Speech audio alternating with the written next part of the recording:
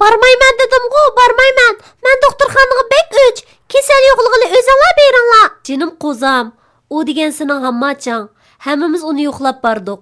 Faqat sanla barmiding? Unda qilmay ma'qul degan qizim. Birga berib kelayli. Jinim ana, men doktorxonaga bek o'ch. Bo'ldi men bormaychu. Unda qilmay ma'qul degan qizim. Hammachaң seni bekmi yaxshi ko'rdi. Har qitim borganimizda seni so'raydi. Bir qitim bo'lsa-mo berib yo'qlab kelsang nim bo'ladi? Voy jon ana. Cheksiz kuch qudratga ega yagona mavjudiyat Alloh taolodir. Kela o'g'lim, yinimga kel. Yaxshi turyotamsiz, bova? Alhamdulillah, yaxshi bolam. Sanchi? Qani kela ali. Fatimaga nim bo'ldi? Men mushish uchun kelgan edim, bova. Meni opam evatdi. Fatimaga gap anglitolmabdi. Doktorxonadagi amachamni yo'qlab keldik-emiz. Fatima doktorxonaga bormayman deb turyapti. Opam meni sizning yoningizga evatdi. Sizni Fatimani doktorxonaga berishga ma'qul keltiralaydi deydi. Ha, tushundim bolam. Fatima bilan o'zim so'zlashay. Bova, qanday ahvolingiz? Alhamdulillah, yaxshi qizim. Sen yaxshi turyotamsan? Allohga shukri. Yaxshi turyapman. Meni chaqirib ekansiz, bova. Nima ish bor edi? Qana o'ltira qizim. Anglasam, onang bilan birga hamachangni yo'qlab berishga unumabsan. Aytqina qizim, nima ish qilmading? Meningcha bir berib hamachangni ko'rib kelsang, yaxshi bo'lardi. Men doktorxonani faqatla yoqtirmayman, bova. Shunga bormayman degandim. Jinim qizim, kasal yo'qlash bizning majburiyatimiz. Og'riq kishi osonla yolg'izlik tortib qoladi. Meningcha, hamachang seni ko'rsa, cho'qim xo'shal bo'lib ketadi.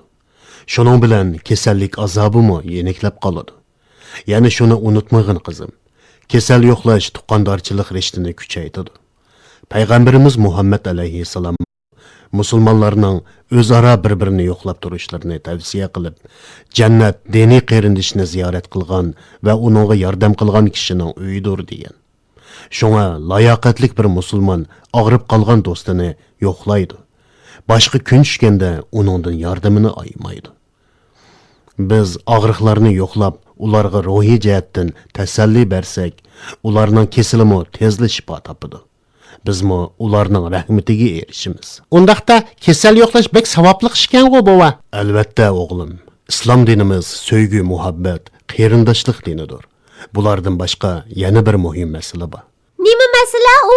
Onasining so'zini anglash. Balalar har vaqt ota-onaning so'zini anglashi kerak. Bu haqda Alloh taolo Qur'oni Karimda mundaq degan: Parvardigoringlar faqat uning o'ziga ibodat qilishinglarni va ota-onanglarga yaxshilik qilishinglarni tavsiya qildi. Ularning biri yoki ikkilisi sening qo'l ostingda bo'lib yashnab qolgan bo'lsa, ularga ohoy demagin. Ya'ni malollikni bildiradigan shunchalik so'zni qilmagin. Ularni dushkanlamagin. Ularga hurmat bilan yumshoq so'z qilgin. Demak, biz va farzandlar ota-onamizning so'zini anglashimiz lozim. Qizim, onangning so'zini anglab, doktorxonaga borgin. Hammanglardan kechirim so'rayman.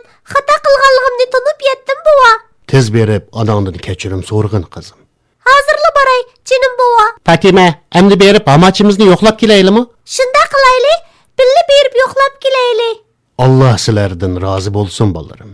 Sizlar mengacha men sizlarga payg'ambar alayhissalomning hayoti haqida ozroq so'zlab beray. Qandoq deysizlar? Quraysh arablari Ka'bani remont qilish uchun ish boshladi degan yerda to'xtagan edi-ku deyman. Quraysh Ka'baning buzilgan yerlarini remont qilib bo'lgandan keyin Hajarul Aswadni o'rniga elib qo'ymoqchi bo'lganda, Qurayshning qotilari kimning qo'yishi to'g'risida talash-tortish qildi. Abu Talib, nima qilmoqchisan?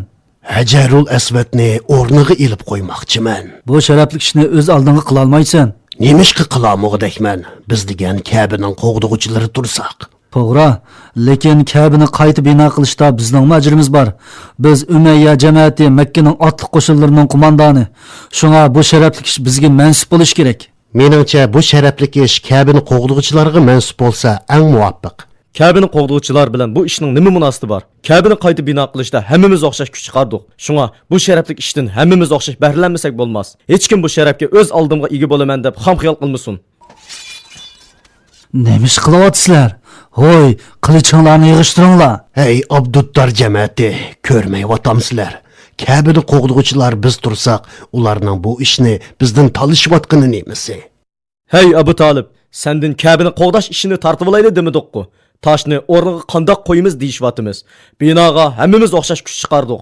Toshni hammamiz qo'ysak muvofiq bo'ladi. Varangchiring qilmanglar, gapimni anglanglar. Qani quliqimiz siladi. Bu ishda men sizlarni yarashtirib qo'ysam, qandoq deysizlar? Qani amsa, o'zlari yarashtirib qo'ysizlar. Biz o'zlarining yarashtirib qo'yishlarini xohlamaymiz. Amsa Bani Shayba ishigidan birinchi bo'lib kirgan kishi sizlarni yarashtirib qo'ysin. Bu yaxshi gap bo'ldi. Amsa, eshikdan birinchi bo'lib kiradigan kishini saqlayli. Quraysh eshikning yanida kiradigan kishini saqladi. Eshikdan birinchi bo'lib kirgan kishi payg'ambar alayhissalom bo'ldi.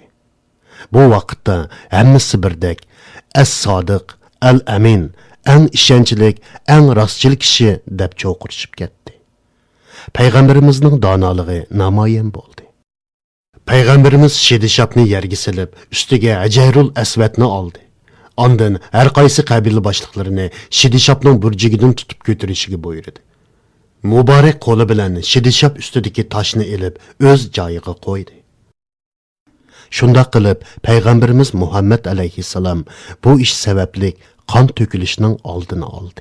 Bu voqea payg'ambarimizga payg'ambarlik vazifasi berilishdan 5 yil burun yuz bergan bo'lib, payg'ambarimiz bu vaqtda 35 yoshda edi. Payg'ambarimiz 40 yoshlarga kirganda hech kim bormaydigan xoli yerlarga berib, Allohga yaqinlashish uchun koinotni tafakkur qilishga boshladi. Qandoq yaqinlashish o? Allohga yaqinlashish, Allohga ibodat qilish demakdir. Payg'ambarimiz bu ibodatni yolg'iz qolganda, tinish yerlarda qilgan. Payg'ambarimiz Makkaga yaqin bir tog'dagi Hiro degan g'orga borgan. Bu g'orda o'zi yolg'iz istiqomat qilish uchun Ramazon oylarini tanlab, butun oyni mushu g'orda o'tkazgan. Uning oziq tulikini ayoli Xadicha tayyorlab bergan. Xadicha pat-pat payg'ambarimizning yeniga kelib turgan.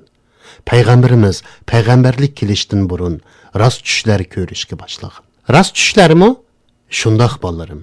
Vahiy eng dastlabida rost tushlardan boshlandi. Payg'ambar alayhissalomning ko'rgan tushlari tong nurdek ro'shan edi. Payg'ambarimiz kamolat yeshi bo'lgan 40 yoshga to'lganda g'ordagi istiqomati ko'pishga boshladi. Yolg'iz qilib dunyoning qorong'uligidan yiroqlashib Allohga yuzlandi. G'ordan o'zi yaxshi ko'rgan Makka shahriga ko'z tashladi. Dunyoni kimning yaratganligi haqida fikr yurgizdi. 3 xil yo'l orqali fikr yurgizdi. Birinchisi yolg'iz qilish, ikkinchisi ibodat qilish, uchinchisi Ka'baga qarash. G'orning kirishidan Ka'ba ko'rinadi. Payg'ambarimizning bu istiqomati Alloh taoloning uni paydinpay kamolat darajasiga yetkazib, vahiy qabul qilishga ko'ndirish va payg'ambarlikdan iborat muqaddas vazifani berish uchun edi.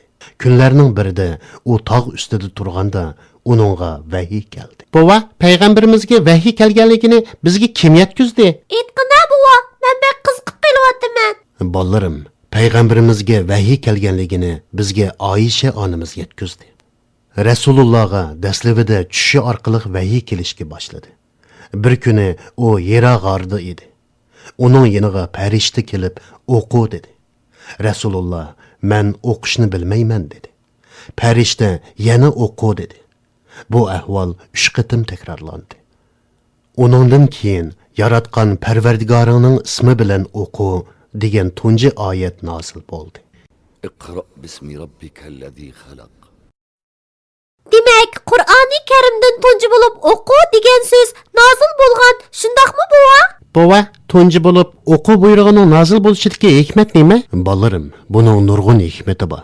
O'qish ilm va madaniyat oshquchidir. İnsan o'qish orqali taraqqiy qiladi. Ilm bilan yuksaladi. Shunga sen har doim bizni darsimizda o'qishga rag'batlantirib ekansan-da? Shundoq qizim, faqat maktabdagi darslikni o'qish bilan kifoyalansak bo'lmaydi. Foydali har qanday kitob bo'lsa o'qish lozim. Makka xalqi vahiy orqali berilgan bu payg'ambarlikdan xabar topdimi? Albatta xabar topdi o'g'lim. Eng dastlabida payg'ambarimizning yaqinlari xabar tepib, payg'ambar alayhissalomning payg'ambarligiga ishondi. Ayollardan tunji bo'lib, Xadicha onamiz musulmon bo'lib, payg'ambarimizni tasdiqladi.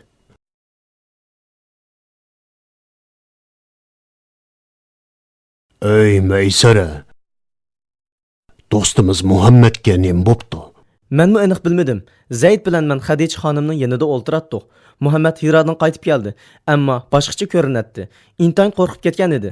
o'zidagi qo'rqinchdan bo'lgan titrakni besish uchun Xadichaga meni yo'gab qo'yinglar dedi. Xadicha uni qo'rqinchisi besiqquchi yo'gab qo'ydi. Qo'rqinchisi besiqqandan keyin u yuz bergan ahvolni so'zlab berdi. U g'arda yolg'iz qolganda oldida bir shaxs paydo bo'lib o'qu debdi. Ammo u o'qishni bilmayman debdi. Ikkinchi qatim yana o'qu deyilganda payg'ambarimiz levini midirlatishga boshlabdi. Vahiy elib kelgan shaxs, men bo'lsam Jibril, sen bo'lsang Allohning bu koinotga avatgan elchisi debdi. Va yaratgan Parvardigoringning ismi bilan o'qu degan oyatni o'qib payg'ambarimizga o'qitibdi. Payg'ambarimiz bu ishdan qo'rqib ketib uyiga qaytib kelgan ekan. Allohning elchisi degan aytqini keyin nim bo'ldi. Muhammad qaytib kelib bo'lgan ishning hammasini aytib berganda, Xadicha xonim uningga Alloh bilan qasamki, Alloh seni hargiz rasvo qilmaydi debdi. Xadicha keyin uni tog'isining o'g'li Varaqa ibn Nawfalning yoniga elib beribdi. Muhammad alayhisalom ko'rganlarini Varaqaga aytib beribdi. Bu Allah Taala Musa alayhisalom tushirgan shariatdir. Kaşki men yosh yigit bo'lsam-chi, sen qayningning oti bo'g'lardan tortib, ishinib kelayotgan dinini o'zgartishni talab qilganliging uchun seni ular o'ch ko'rib, dushmanlashib, tug'ilib o'sgan yurtingdan haydab chiqaradi. Sen dinga da'vat qilgan chog'laringda hayot bo'ladigan bo'lsam, sana yaqindan yordam qilaman. Bu ishdan boshqalar xabar topdimi? Yo'q, bu ishni faqat uchimizla bilamiz. Boshqalar taxi bilmaydi. Payg'ambar alayhissalomdan vahiy bir mezgil uzilib qoldi. Ikkinchi qatim Jibril alayhissalom kelib, payg'ambarimizga uning Allohning eng oxirgi payg'ambari ekanligini va yer yuzidagi barliq insonlarga buni yetkazdiganligini xabar qildi. Shuningdan keyin payg'ambarimizning hayotida yangi bir sahifa ochildi. Uning vazifasi o'ziga kelgan vahiylarni kishilarga yetkazish edi. Payg'ambarimiz 40 yoshidan boshlab to'p-to'g'ri 20 yillik hayotini dinni da'vat qilishga otadi. Bu yo'lda yerib charchashni bilmadi. U bu dunyoda faqat o'zi uchun yashamadi. U umrini kishilarni islom diniga da'vat qilish bilan o'tkazdi. Payg'ambarimiz islomiyatga eng avval o'z yaqinlarini da'vat qildi. Xadicha onamiz tunji bo'lib islomiyatni qabul qildi. Yoshlardan Ali ibn Abi Talib, qullardan Zayd ibn Harisa, do'stlaridan Abu Bakr qatorliq kishilar islom diniga tunji bo'lib kirgan kishilardir. Payg'ambarimiz da'vatni 3 yil maxfiy ilib bordi. Keyin ochiq-oshkor da'vat qilishga boshladi. Quraysh va Makka aholisi islom da'vatidan tunji bo'lib tuvandagi oyat nozil bo'lganda xabar topdi. Bismillahirrahmanirrahim. وأنذر عشيرتك الأقربين واخفض جناحك لمن اتبعك من المؤمنين فإن عصوك فقل إني بريء مما تعملون وتوكل على العزيز الرحيم. صدق الله العظيم.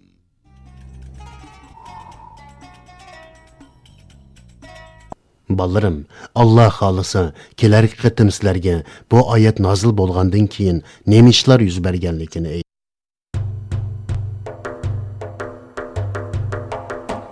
طلع البدر علينا من ثنيات الوداع